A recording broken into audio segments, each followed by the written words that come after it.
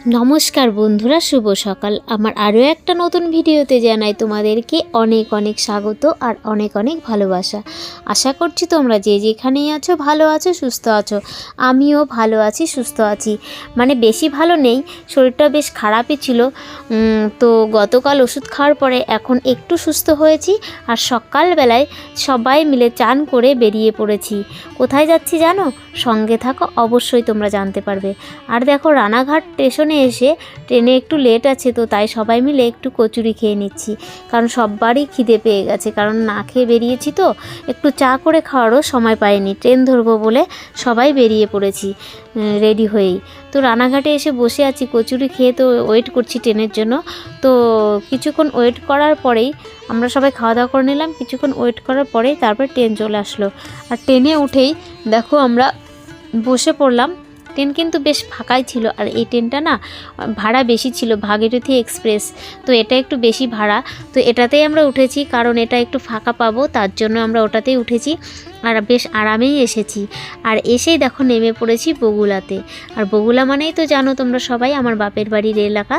তো বাপের বাড়ির এলাকায় আসলে মনে হয় আত্মায় শান্তি চলে আসে, মানে দুঃখ কষ্ট সব ভুলে যায়। মানে কি বলবো, কিন্তু বাপের বাড়ির এলাকায় আসা সত্ত্বেও বাপের বাড়িতে আমি ঢুকতে পারছি না। ঢুকবো অন্য জায়গায়, মানে অন্য জায়গায় যাচ্ছি। এখান থেকে আলাদা রাস্তা, মানে বাপের বাড়ির রাস্তা একটা, আর এদিকে চলে আসলাম অন্য রাস্তা দিয়ে। এটা হলো আমার ননদ বাড়ি, ননদের মেয়ের বিয়ে। তো ওখানেই এসেছি আমরা ননদের মেয়ের বিয়েতে। দেখো এসে আমরা হাত মুখটা ধুয়েই খেতে বসে গেছি দুপুরবেলা। তো খেয়ে দিয়ে একটু রেস্ট নিয়ে রেডি হতে হতেই দেখো সবাই জল ভরতে বেরিয়ে পড়েছে। আমি কিন্তু রেডি হয়ে পারিনি, কারণ শরীরটা খুবই ক্লান্ত লাগছিল। 2.5 ঘন্টা 3 ঘন্টার রাস্তা ট্রেনে জার্নি করে তারপরে এসে খেয়ে দিয়ে মানে একেবারে ক্লান্ত লাগছিল শরীরটা। আর যেহেতু আগে মানে 2 দিন ধরেই শরীরটা খারাপ ছিল, জ্বর ছিল, ঠান্ডা, কাশি, তো অনেক কিছুই সমস্যা ছিল। সেগুলো ওষুধ খাওয়ার পরে একটু কমেছে বলে আসতে পেরেছি, না হলে আসতে পারতাম না। আর এসেই ওইভাবে খেয়ে দিয়ে আর মন চাইছিল না যে আমি যাই। তো আমি কিন্তু যাইনি। আমার মেয়েকে আমি ফোনটা দিয়ে দিয়েছিলাম, আমার মেয়েই এই ভিডিওগুলো করেছে। তো ওরা জল ভরে বলেছি যে যা জল ভরার সময় সব ভালো করে ভিডিওটা শ্যুট করবি।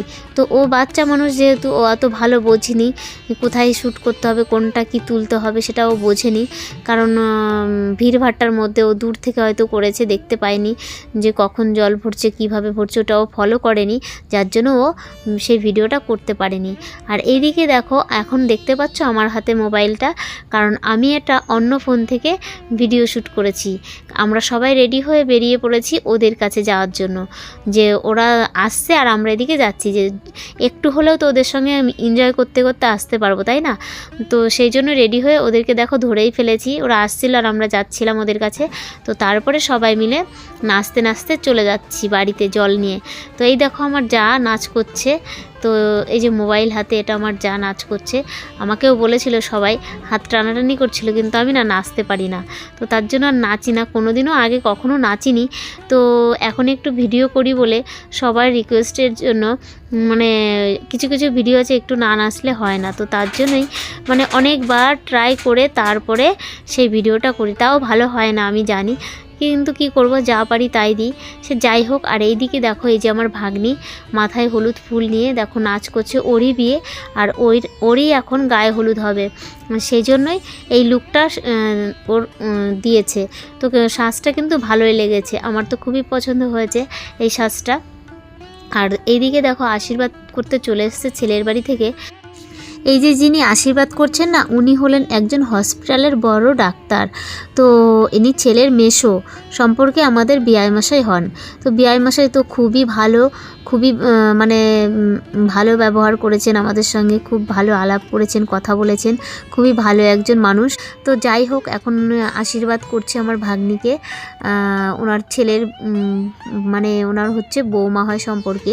তো যাই হোক, আশীর্বাদ করছে সোনার চেন দিয়ে। আর তোমরা দেখতে থাকো।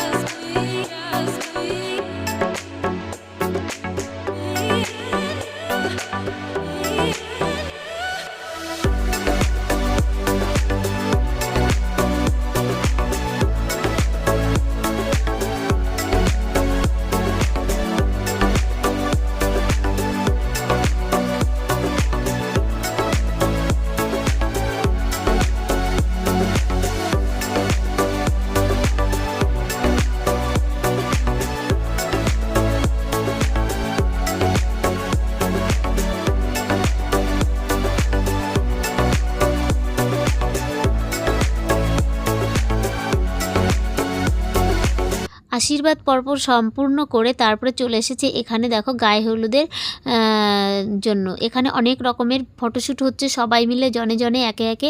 তো আমরা 4 জায়ে মিলে এখানে ওর সঙ্গে ফটো তুলেছি আর কিছু ভিডিও শ্যুট করলাম। তো নিজেরটা নিজে ভিডিও করতে পারিনি। আর ভাগ্নি তো আমাকে তখন থেকে ডেকেই যাচ্ছে যে মামি আসো ফটো তুলি মা। আর মামি শুধু ব্লগেই ব্যস্ত, এরকম সব বলছে আমাকে। তো আমরা 4 জায়ে মিলে ছবি তুলেছি, অনেক অনেক মজা করেছি। আজকের ভিডিওটা তোমাদের কেমন লাগলো আর আমার ভাগ্নিকে কেমন লাগছে তো অবশ্যই তোমরা কমেন্ট করে জানিও। ভালো থেকো, সুস্থ থেকো, টাটা।